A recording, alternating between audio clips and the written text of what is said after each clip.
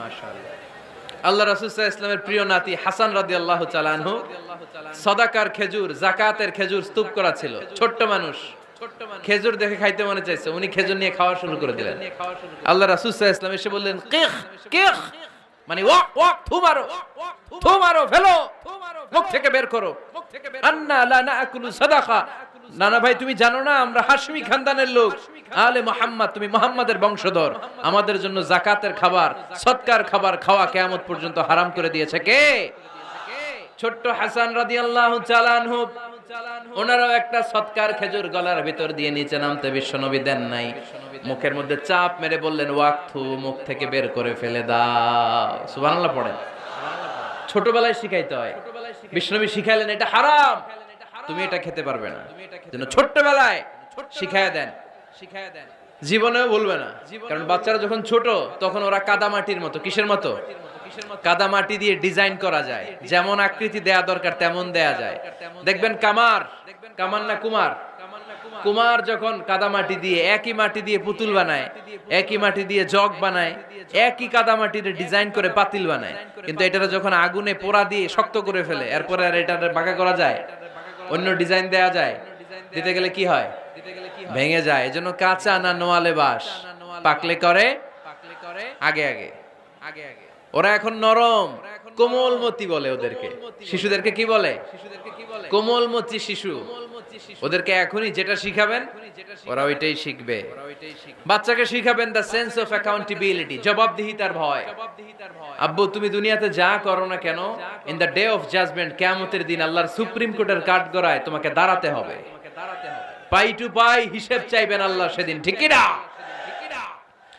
বিশ্ব নবী এমন নবী, আমার নবীর সুপারিশ ছাড়া কেউ জান্নাতে আমরা প্রবেশ করতে পারবো না। কিয়ামতের ময়দানে কোন নবী সুপারিশ করতে পারবে না, কেবলমাত্র আমার নবী বিশ্ব নবী ছাড়া। যেই নবী সুপারিশ শুরু করবেন তখনই রব্বুল আলামিন জান্নাতে ঢোকার অনুমতি আমাদেরকে দিয়ে দিবেন। কিন্তু ওই নবী নিজের মেয়ে ফাতেমাকে ডেকে বলে, ইয়া ফাতেমা সালি মিন্নি মিন মালি শাইআ ইন্নী লা উগনি আনকা মিনাল্লাহি শাইআ। ও ফাতেমা, আমার কাছ থেকে এই দুনিয়ায় সম্পদ যা চাওয়া লাগে তুমি চেয়ে নাও, কিয়ামতের দিন নবীর মেয়ে হিসেবে আমি তোমাকে আল্লাহর কাছে কিছু করে দিতে পারবো না। ফাতেমা সালি মিন মালি মা শিইতি, আমার কাছ থেকে কি লাগবে দুনিয়ায় চেয়ে নাও, তুমি নবীর মেয়ে হিসেবে কিয়ামতের দিন আমি কিছু করে দিতে পারবো না। সুবহানাল্লাহ পড়বেন না? যেই নবীকে সুপারিশের সুযোগ আল্লাহ দিবেন, যেই নবী সবার আগে জান্নাতে ধাক্কা মারবেন, যেই নবীর মেয়েকে ঘোষণা দেয়া হয়েছে সাইয়্যিদাতুন নিসাই আহলিল জান্নাহ, সব জান্নাতি রমণীদের সর্দারিনী, ওই মেয়েকে বিশ্বনবী কিভাবে দ্য সেন্স অফ অ্যাকাউন্টেবিলিটি, জবাবদিহিতার ভয় শিক্ষা দিচ্ছেন। ফাতেমা, নিজের আমল দিয়ে, নিজের কাজ দিয়ে নিজের জবাব রেডি করে যেও, আমি নবীর মেয়ে হিসেবে আল্লাহ তোমারে কিচ্ছু করবে না। এরকম জবাবদিহিতার ভয় বাচ্চাদের হৃদয়ে ঢুকায় দেওয়ার দরকার আছে না নাই? এরপরে 8 নম্বরে, অনেকে বলে হুজুর আমার ছেলেটা ভালো না, অনেকে বলে হুজুর আমার মেয়েটা ভালো না। আমি জিজ্ঞেস করি আপনি ভালো নি? আপনি ভালো কিনা সেটা বলেন, আগে নিজে ভালো হন, নিজে ভালো তো জগৎ ভালো, ঠিক কিনা? নিজে ভালো না, ছেলে মেয়ে ভালো চায়, এরকম আছে না নাই? জীবনও হবে না। আপনি সারাদিন টানেন সিগারেট, সারাদিন কি টানেন, আর ছেলেরে বুঝাইতেছেন ধূমপান স্বাস্থ্যের জন্য ক্ষতিকর। ছেলেরে কি ওয়াজ করতেছেন? ধূমপান স্বাস্থ্যের জন্য ক্ষতিকর। নিজে টানেন কি? সিগারেট। কাজ হবে? আপনি মা, আপনি সারাদিন দেখেন হিন্দি সিরিয়াল, আর আপনি চান আপনার মেয়েটা ওন্না পরে ঘুরুক, বোরকা পরে বেরোক, আপনি চান আপনার মেয়েটা নামাজি হোক, কিন্তু আপনার সিরিয়াল একটাও মিস হয় না। এরকম মা আছে না নাই? কাজ হবে? কথা বলেন। এজন্য নিজেরা উত্তম বা আদর্শ ছেলে মেয়ে পেতে হলে আগে আদর্শ বাবা মা হতে হবে। কথা বলেন। আদর্শ ছেলে মেয়ে পেতে হলে কি করতে হবে? আদর্শ বাবা মা হতে হবে, কারণ তারা আমাদের অ্যাডভাইস শুনতে চায় না। বর্তমানের ছেলে পেলে এত ইচড়ে পাকা, এত ছোট্ট ছোট্ট ছেলে মেয়েরা প্রেম ভালোবাসা বুঝাবে আছে না নাই? এটা ওর ভাগাভাগি শেষ। কোন ক্লাসে? 4 এ। ক্লাস 4 এর নাকি গার্লফ্রেন্ড আছে? আমার গার্লফ্রেন্ড আমারে এটা দিস। আমরা দাখিল আলিম যখন পড়ি তখনও তো এগুলো বুঝতাম না। এখন ক্লাস 4 এর ছেলে মেয়ে গার্লফ্রেন্ড বয়ফ্রেন্ড পুরা ক্লাস ভাগাভাগি হয়ে গেছে। আছে না নাই? ইচড়ে পাকা, অকাল পক্ক, আগে আগে পেকে যায় ছেলে মেয়েগুলা। তো এই জন্য এদেরকে হ্যান্ডেল করা it's not easy job, it's a big deal. এটা অনেক কঠিন। They don't like to listen to our advices. They try to follow us. They try to copy us. They just do what we do. ওরা আমাদের উপদেশ শুনতে পছন্দ করে না। আমরা যা করি ওরা ওইটা করে। বাচ্চারা কিন্তু উপদেশ শুনতে পছন্দ করে না, জানেন? ওরা যা দেখে তাই করে, করে না? দেখবেন আপনি যখন নামাজ পড়বেন আপনার মেয়েটাও এসে নামাজে দাঁড়ায়, আছে না নাই? আপনি যখন নামাজ পড়েন, আমি যখন নামাজে দাঁড়াই, আমার ছোট্ট মেয়েটাও নামাজে দাঁড়ায় এইভাবে, আর বিড়বিড় করে কি যেন পড়ে, এরকম মুখ নাড়াতে থাকে, ঠোঁট নাড়াতে থাকে। ও ভালো করে কথাও বলতে পারে না, কিন্তু বিড়বিড় করে, কারণ ও আমাকে দেখে আমি বিড়বিড় করে কি যেন পড়ি। ওর মাকে দেখে এইভাবে দাঁড়ালে বিড়বিড় করে কি যেন পড়ে। সে আমাদের মতো অনুকরণ করতে চায়, আছে না নাই? দেখবেন ছোট্ট বাচ্চাটা পানি পেলে আমাদের মতো কুলি করতে চায়, মুখে দেয়, ওযু করতে চায়, আছে না নাই? They try to copy us, they imitate us, they don't like to listen to our advices anymore. তারা আমাদের উপদেশ শুনতে চায় না, তারা আমরা যা করি তাই করতে চায়। এজন্য খবরদার, আপনি ভালো মা বাবা হন, তাহলে আপনার ছেলে মেয়েগুলো ভালো ছেলে মেয়ে হবে। আদর্শ ছেলে মেয়ে পেতে হলে আমাদেরকে হতে হবে আদর্শ মা বাবা। একমত না দ্বিমত? আওয়াজ করে বলতে হবে একমত না দ্বিমত। খেয়াল রাখবেন, একটা ছেলের চোখে, একটা ছোট্ট ছেলের চোখে তার জীবনের প্রথম নায়ক তার বাবা। একটা ছোট্ট মেয়ের চোখে তার জীবনের প্রথম নায়িকা তার মা। সে তার বাবার মতো হতে চায়। তার প্রমাণ, একটা পুলিশ ভাইয়ের ছোট্ট ছেলেরা জিজ্ঞেস করেন, বাবু তুমি কি হইবা? পুলিশ হমু। কি বলে? ইমাম সাহেবের ছেলেরা জিজ্ঞেস করেন, বাবা তুমি কি হতে চাও? কয় ইমাম হইতে চাই। কারণ ওর বাবারে দেখছে ও ইমাম। পুলিশের ছেলে তার বাবারে দেখে যে প্রতিদিন পুলিশের ইউনিফর্ম পরে বের হয়, তো সে ভাবে আব্বু পুলিশ হয়েছে, আমিও পুলিশ হবো। একটা ছেলের চোখে তার জীবনের প্রথম নায়ক তার বাবা, একটা ছোট্ট মেয়ের চোখে তার প্রথম নায়িকা তার মা। তার মাকে সে ফলো করে, অনুসরণ করে। এজন্য বাবা মা ভালো তো ছেলে মেয়ে ভালো। সিঙ্গাপুরে আমার একটা প্রোগ্রাম ছিল গত বছর। তো একটা সোশ্যাল গ্যাদারিং এর প্রোগ্রামে এক বোন কাগজে প্রশ্ন লিখে পাঠিয়েছে যে হুজুর, আমাদের বাচ্চারা এত মডার্ন হয়ে গেছে, ছোট্ট ছোট্ট বাচ্চারা খালি স্মার্টফোন ইউজ করে, মোবাইল। বাচ্চাদেরকে কিভাবে স্মার্টফোন ইউজ করা থেকে বিরত রাখা যায়? আমি এক বাক্যে উত্তর দিয়েছি, মা বাবা যদি অতিমাত্রায় স্মার্টফোন ব্যবহার করা থেকে বিরত থাকে তবেই এটা সম্ভব। মা বাবা যদি অতিমাত্রায় মোবাইল ব্যবহার করা বাদ না দেয়, বাচ্চাদেরকে উপদেশ দিয়ে কোনো লাভ হবে না। চিল্লায় বলেন ঠিক কিনা? কারণ বাচ্চারা দেখে বাবা ঘরে আসলে ফেসবুকিং করতেছে, মা ঘরে আসলে ইউটিউবে কি যেন দেখে, বাবার হাতেও স্মার্টফোন, মায়ের হাতেও স্মার্টফোন, খালার হাতেও স্মার্টফোন, সবাই মাথা নিচু করে মোবাইলে কি যেন করে। ওরও আকাঙ্ক্ষা জাগে আমিও এরকম করব, ঠিক কিনা? ও যদি দেখতো বাবার হাতে একটা বই, মায়ের হাতে একটা বই, খালার হাতে একটা বই, সেও ঘরের মধ্যে বই কোথায় আছে বই খুঁজতে আরম্ভ করতো।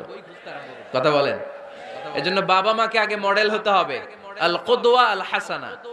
উত্তম ছেলে মেয়ে যদি কেউ পেতে চান, আদর্শ ছেলে মেয়ে পেতে চাইলে আগে আদর্শ মা বাবা নিজের হতে হবে। তাইলে আদর্শ ছেলে মেয়ে দান করবে কে?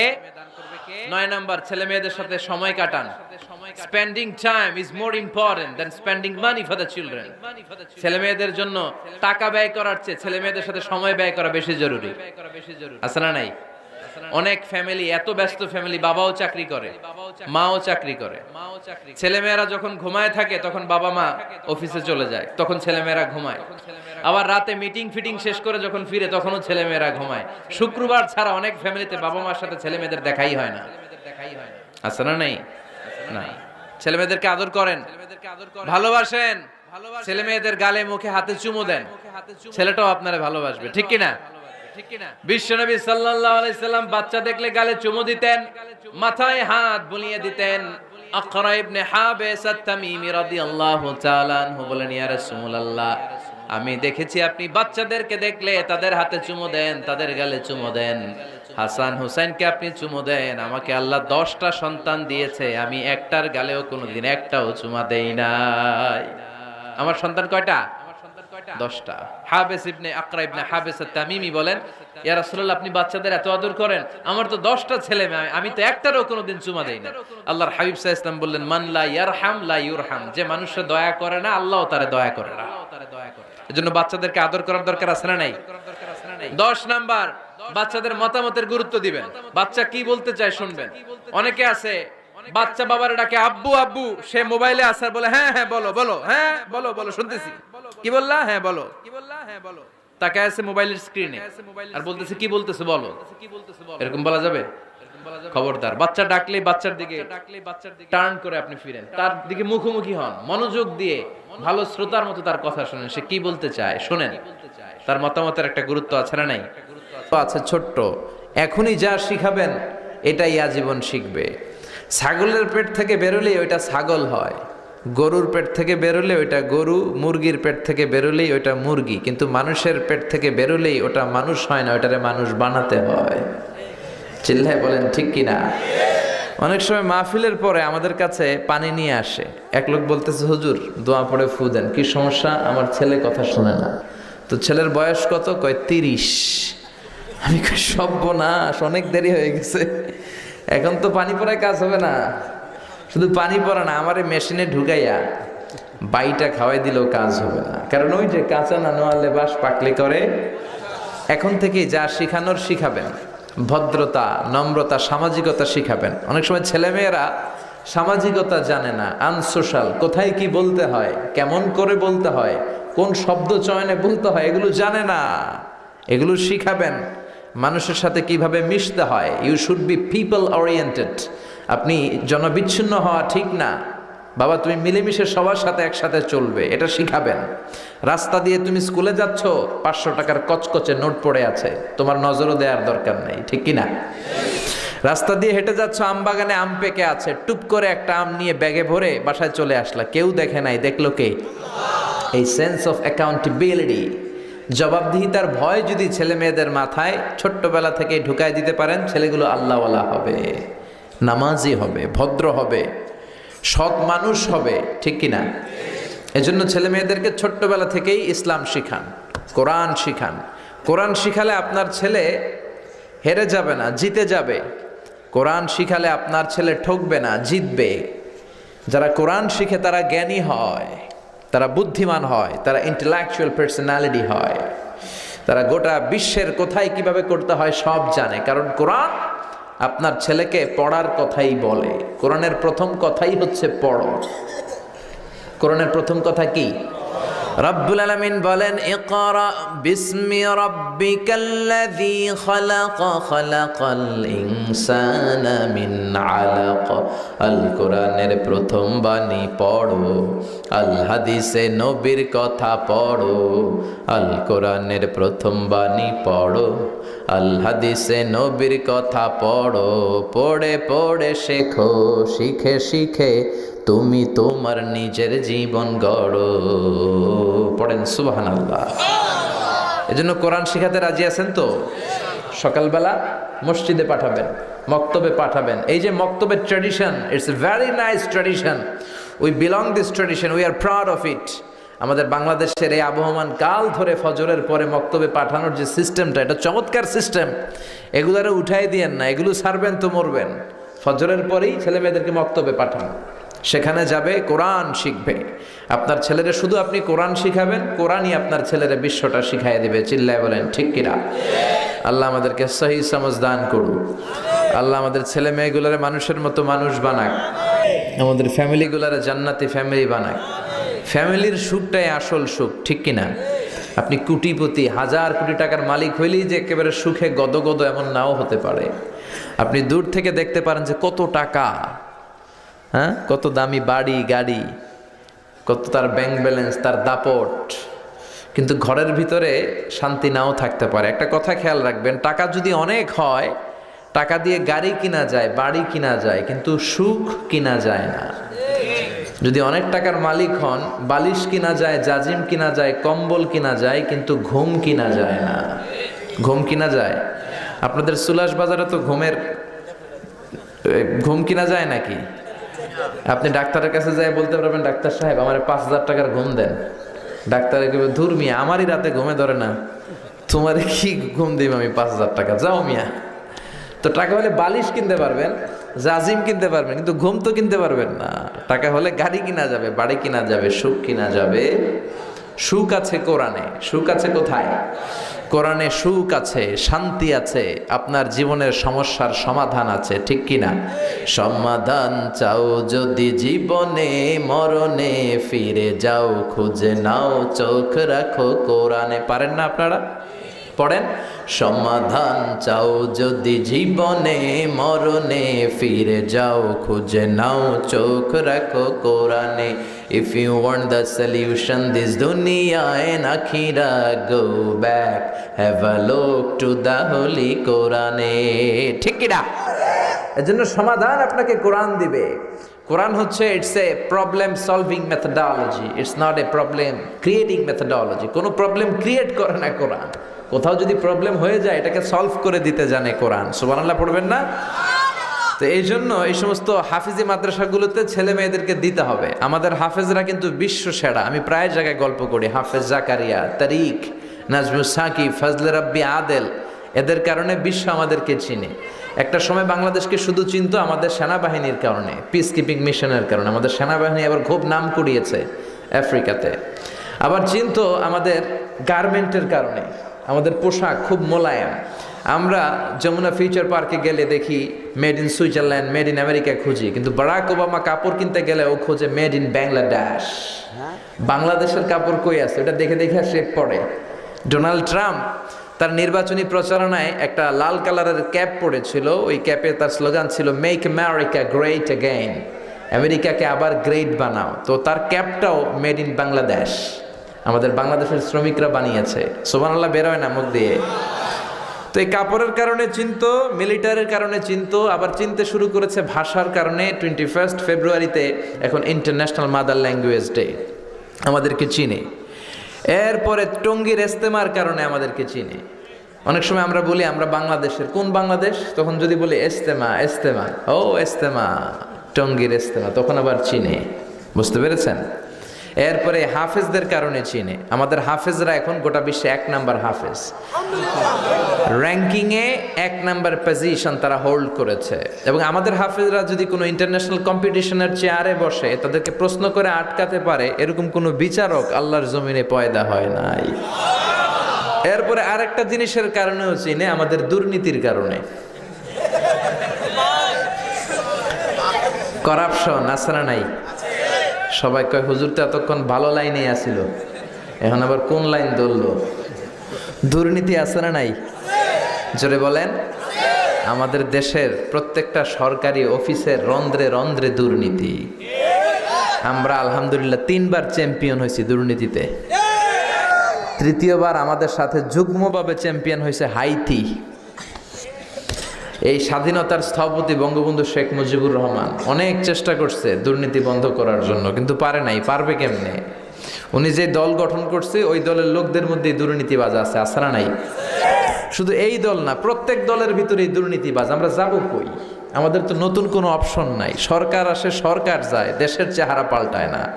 এজন্য আমাদের প্রিয় নেতা বঙ্গবন্ধু শেখ মুজিবুর রহমান খুব আফসোস করে বলেছিলেন, কোন দেশ পায় তেলের খনি, কেউ পায় গ্যাসের খনি, কেউ পায় সোনার খনি, আমি পাইছি চোরের খনি।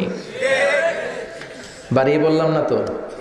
1973 সাল, স্বাধীনতার 2 বছর পরের ঘটনা। বাংলাদেশে প্রচণ্ড শীত, হাড় কাঁপানো শীতে উত্তরবঙ্গের বুড়াগুলা মরতে আরম্ভ করছে। বঙ্গবন্ধু গোটা বিশ্বের নেতাদেরকে আহ্বান করে বললেন, আমার দেশের শীতে মানুষ মরে, আপনারা কম্বল পাঠান। আন্তর্জাতিক সহায়তার অংশ হিসেবে কম্বলের প্লেন আসতে শুরু করলো, কার্গো বিমান দিয়ে কম্বল আসতে আসতে আসতে আসতে 7.5 কোটি কম্বল আসলো। বঙ্গবন্ধু আফসোস করে বললেন, 7.5 কোটি বাঙালি, 7.5 কোটি কম্বল, আমার কম্বল কই? নিজেই কম্বল পায় নাই।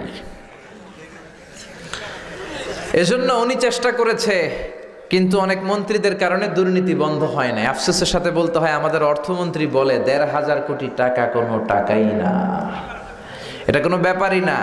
আবার ঘুষের একটা নতুন নাম উনি আবিষ্কার করছে, স্পিড মানি। উনি বলতেছে ঘুষ হচ্ছে স্পিড মানি, ঘুষ খাইলে কাজের স্পিড বাড়ে। আবার শিক্ষামন্ত্রীও কম যান না, উনি গত মাসে বললেন ঘুষ খান, তবে সহনীয় মাত্রায় খান।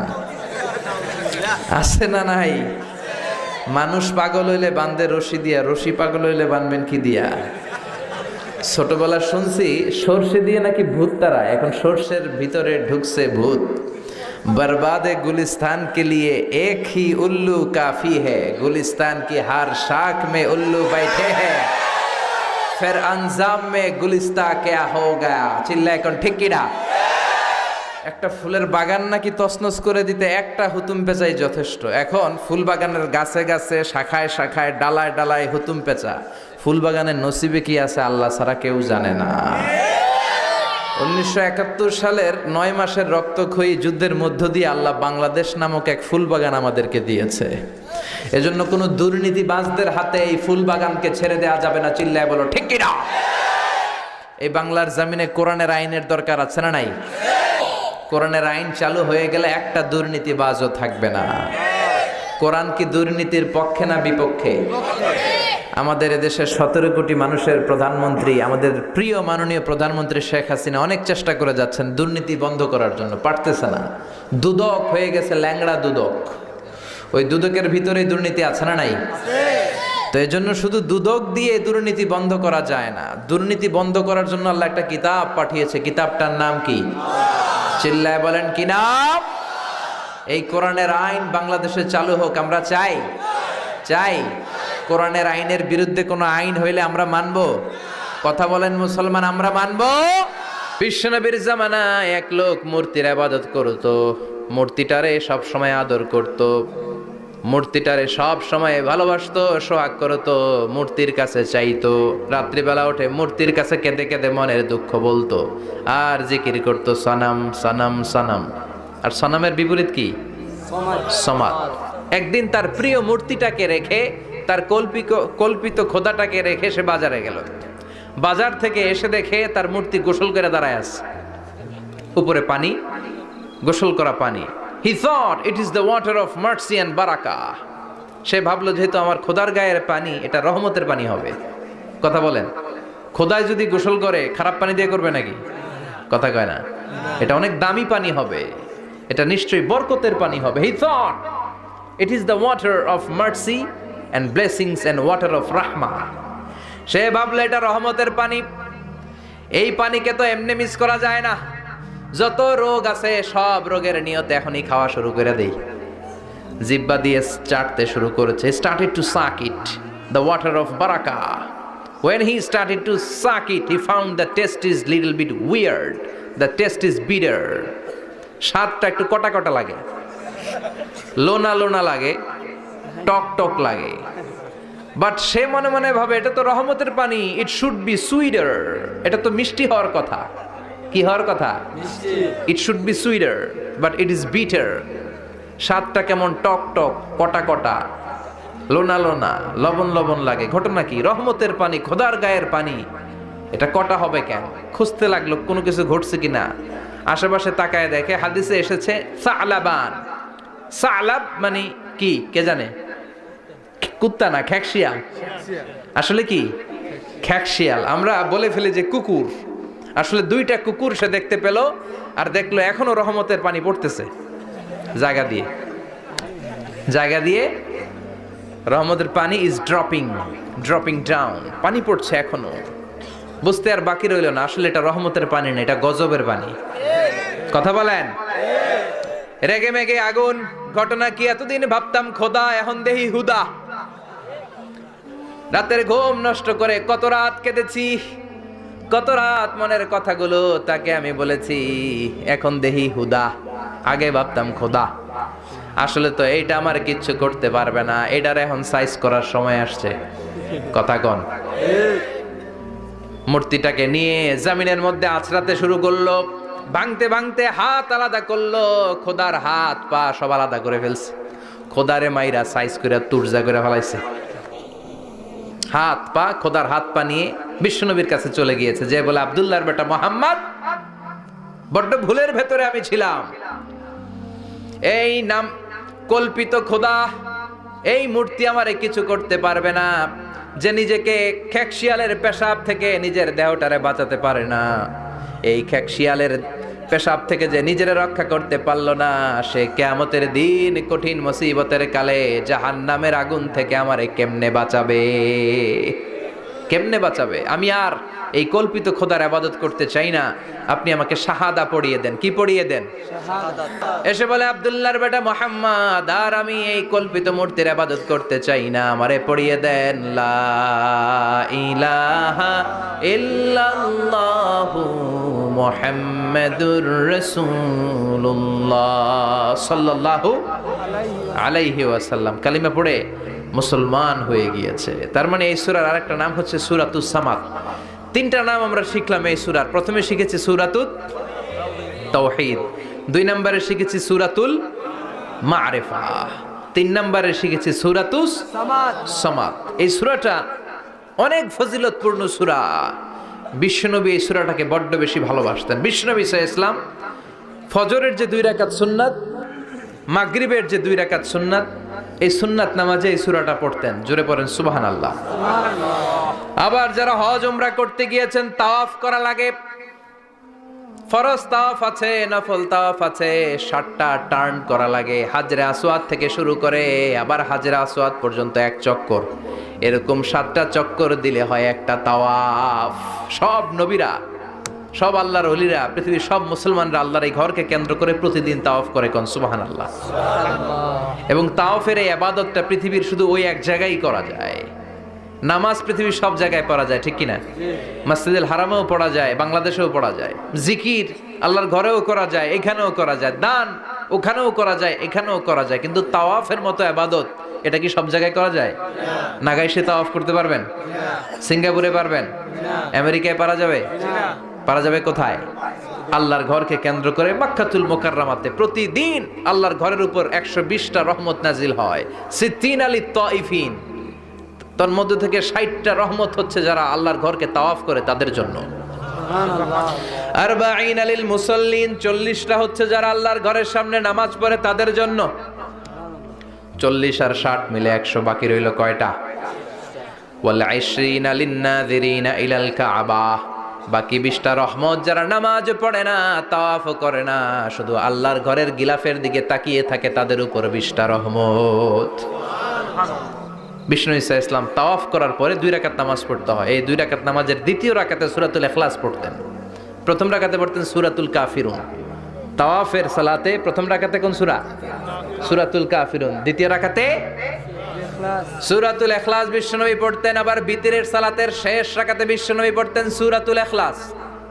বিতরের সালাত পড়বেন কয় রাকাত? প্রথমে 2 রাকাত, তারপরে সালাম ফিরিয়ে আবার 1 রাকাত। এইটা সবচেয়ে সহি পদ্ধতি।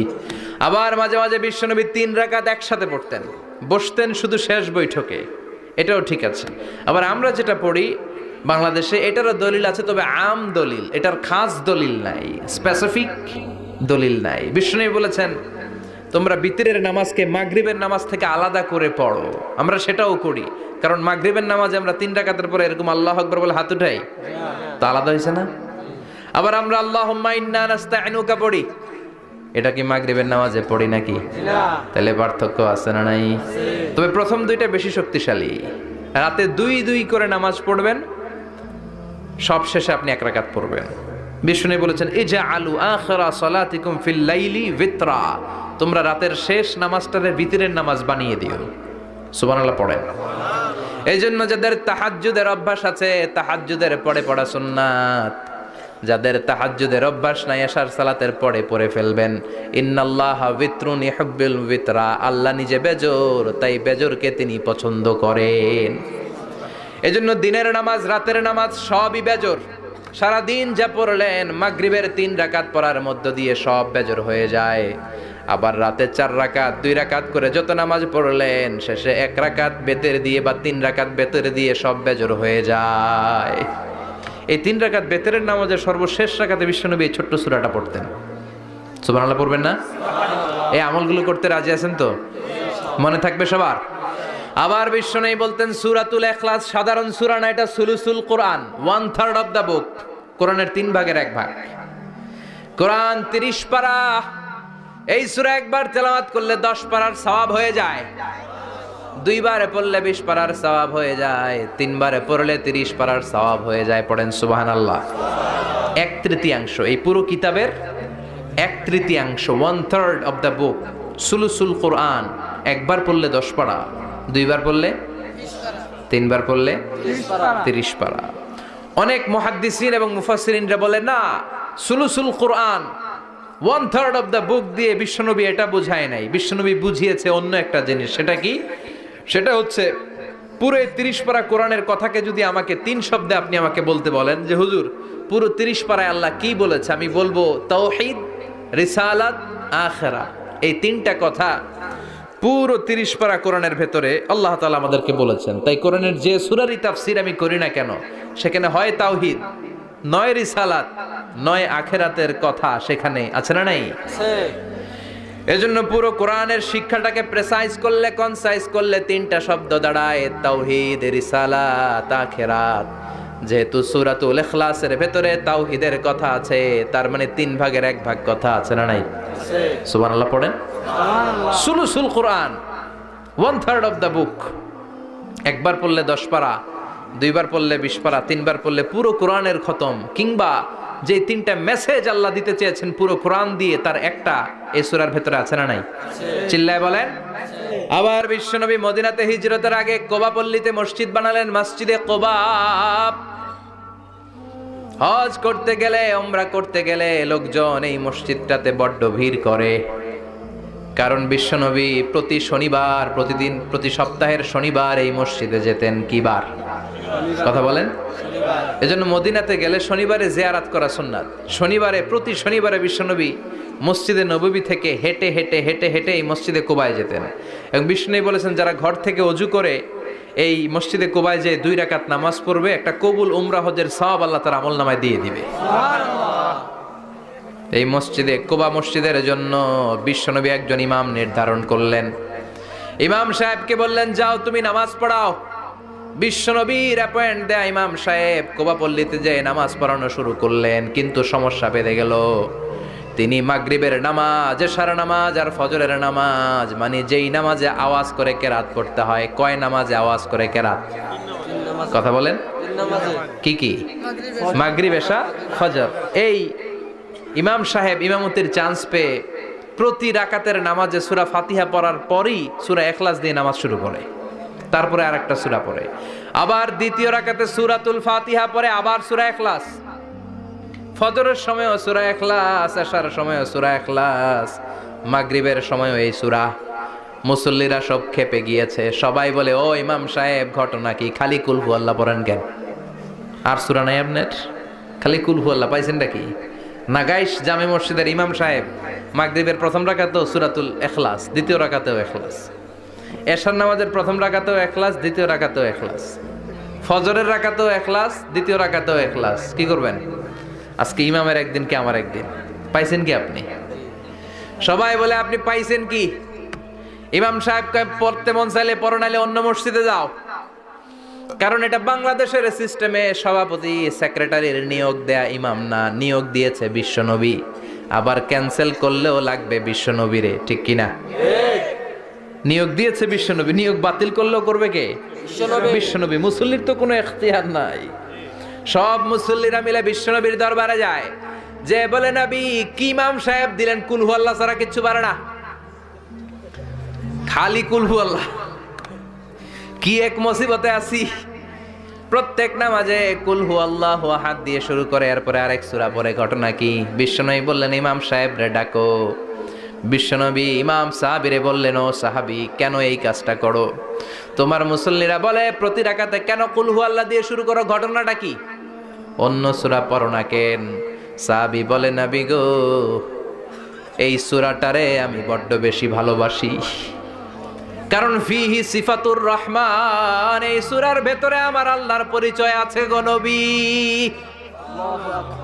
এই ছোট্ট সূরার ভেতরে রব্বুল আলামিন যত সুন্দরভাবে নিজের পরিচয়টা বলে দিয়েছেন, কোরআনের কোন সূরার ভেতরে সেই পরিচয় আমি পাই না। তাই এই সূরাটা দিয়ে প্রতি রাকাতে নামাজ শুরু না পড়লে আমার কলিজা ঠান্ডা হয় না গো নবী। বিশ্বনবী বললেন, ঠিক আছে, চেঞ্জ করার দরকার নাই, তুই প্রতি রাকাতেই কুল হু আল্লাহই পড়বি। সুবহানাল্লাহ পড়েন। প্রতি রাকাতেই তুমি সূরাতুল ইখলাস পড়বা, ইমামতি বাতিল হবে না। তবে জেনে রেখো, এই সূরার প্রতি ভালোবাসা কিয়ামতের দিন তোমার জান্নাতে পাঠায়া দিবে। এই সূরার ভালোবাসার কারণে জাহান্নামের আগুন তোমার জন্য হারাম করে দিয়েছে কে? আল্লাহ। এজন্য সূরাতুল ইখলাস বেশি বেশি তেলাওয়াতের দরকার আছে না নাই? কথা বলেন।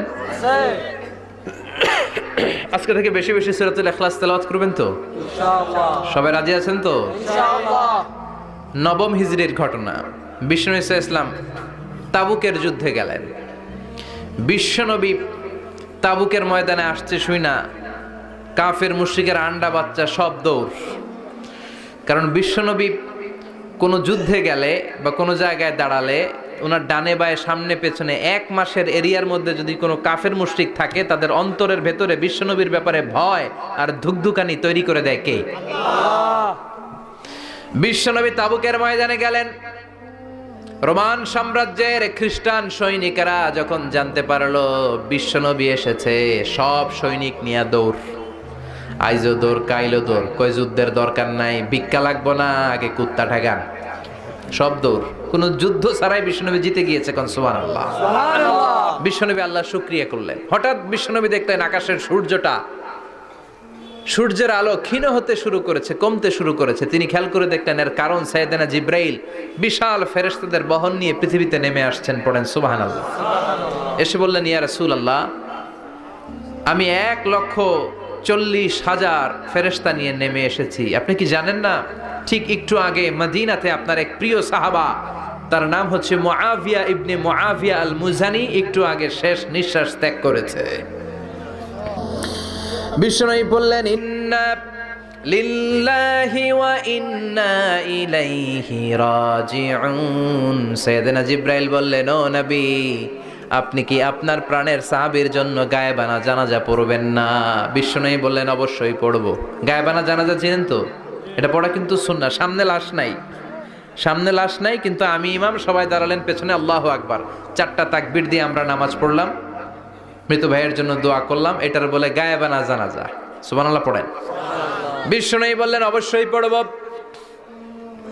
সাহাবীদের মধ্যে ঘোষণা দিলেন, ও সাহাবারা, তোমাদের ভাই মুআবিয়া ইবনে মুআবিয়া আল মুজানি কিছুক্ষণ আগে মদিনাতে ইন্তেকাল করেছে। তোমাদের ভাইদের জন্য সবাই বাইরে বের হয়ে আসো, এই মাত্র আমরা এই মুহূর্তে আমরা গায়েবানা জানাজা পড়ব। বিশ্বনবী প্রথম কাতারে দাঁড়ালেন। হাজার হাজার সাহাবারা লাইন ধরে দাঁড়ালো।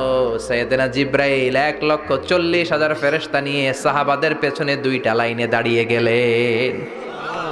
প্রথম লাইনে 70,000, দ্বিতীয় লাইনে আরো 70,000, 1,40,000 ফেরেশতাদের বহর। আর সাহাবারা মিলে আল্লাহু আকবার বলে গায়েবানা জানাজা শুরু করলেন। নামাজ শেষ। বিশ্বনবী তো অবাক, ঘটনা কি? কোন সাহাবীর গায়েবানা জানাজায় তো ফেরেশতা নামে না আকাশের উপর থেকে। বিশ্বনবী জিজ্ঞেস করলেন, জিব্রাইল, কোন সাহাবীর গায়েবানা জানাজায় তোমরা আকাশ থেকে এত ফেরেশতার বহর নিয়ে নামো নাই? কি এমন আমল করেছে আমার মুআবিয়া? কি এমন ভালো গুণ ছিল, ভালো আমল ছিল, যার কারণে আরশের উপরে তার এত সম্মান, যার কারণে 1,40,000 ফেরেশতার বহর নিয়ে তোমরা দুনিয়াতে নেমে এসেছো? সাইয়েদনা জিব্রাইল বললেন, নবী, তেমন কোনো বড় আমল নয়, ছোট্ট একটা আমল, কিন্তু আমলটারে ভালোবেসেছে কে? আপনার এই প্রিয় সাহাবী হাঁটতে বসতে চলতে ফিরিতে সব সময় পড়তো, কুল হুয়াল্লাহু আহাদ আল্লাহুস সামাদ লাম ইয়ালিদ ওয়া লাম ইউলাদ ওয়া লাম ইয়াকুল লাহু কুফুয়ান আহাদ। পড়েন আল্লাহু আকবার। আল্লাহু আকবার। এজন্য বেশি বেশি সূরাতুল ইখলাস তেলাওয়াত করতে রাজি আছেন তো ইনশাআল্লাহ? মনে থাকবে। বিষ্ণু ইসলাম প্রতিদিন ফজরের নামাজের পরে, মাগরিবের নামাজের পরে, ওয়া ইনদামা ইয়ামশি ইলা ফিরাশিহি, রাতে যখন বিছানায় যাবেন, এই 2 হাতকে একত্রিত করে সূরাতুল ইখলাস পড়তেন, সূরাতুল ফালাক পড়তেন, সূরাতুন নাস পড়তেন, পড়ে হাতে ফু দিতেন। সহিহ হাদিস। ফু দিয়ে এই ফু দেওয়া হাতটা সারা দেহের মধ্যে ইয়াবদাউ বিহিমা রাসাহু, মাথা থেকে শুরু করে পা পর্যন্ত এভাবে মেসেজ করে দিতেন, মালিশ করে দিতেন। সুবহানাল্লাহ পড়েন। This is a protection you take from your lord, from all the bad eyes, evil eyes. সব হিংসুকের চোখ থেকে, হিংসা থেকে, সব জাদুটোনা থেকে, সব ব্ল্যাক ম্যাজিক থেকে আপনি প্রোটেকশন চাইলেন কার কাছে? সকালবেলা যদি এই 3টা সূরা পড়ে ফু দেন, এটাকে আরবিতে বলে কুল আস-সালাসা, কারণ এই 3টা সূরা শুরুতেই কুল আছে না নাই? কুল হুয়াল্লাহু আহাদ, কুল আউযু বিরাব্বিল ফালাক, কুল আউযু বিরাব্বিন নাস। এজন্য এই 3টাকে আরবিতে বলে কুল আস-সালাসা, মানে 3 কুল। কি বলে? 3 কুল। সূরাতুল ইখলাস, সূরাতুল ফালাক, সূরাতুন নাস। ফজরের পরে, মাগরিবের পরে আর বিছানায় যাওয়ার সময় 2 হাত একত্রিত করে ফু দিবেন, সারা গায়ে মেসেজ করবেন, মনে থাকবে? কালকে থেকে এটার আমল করা যাবে না?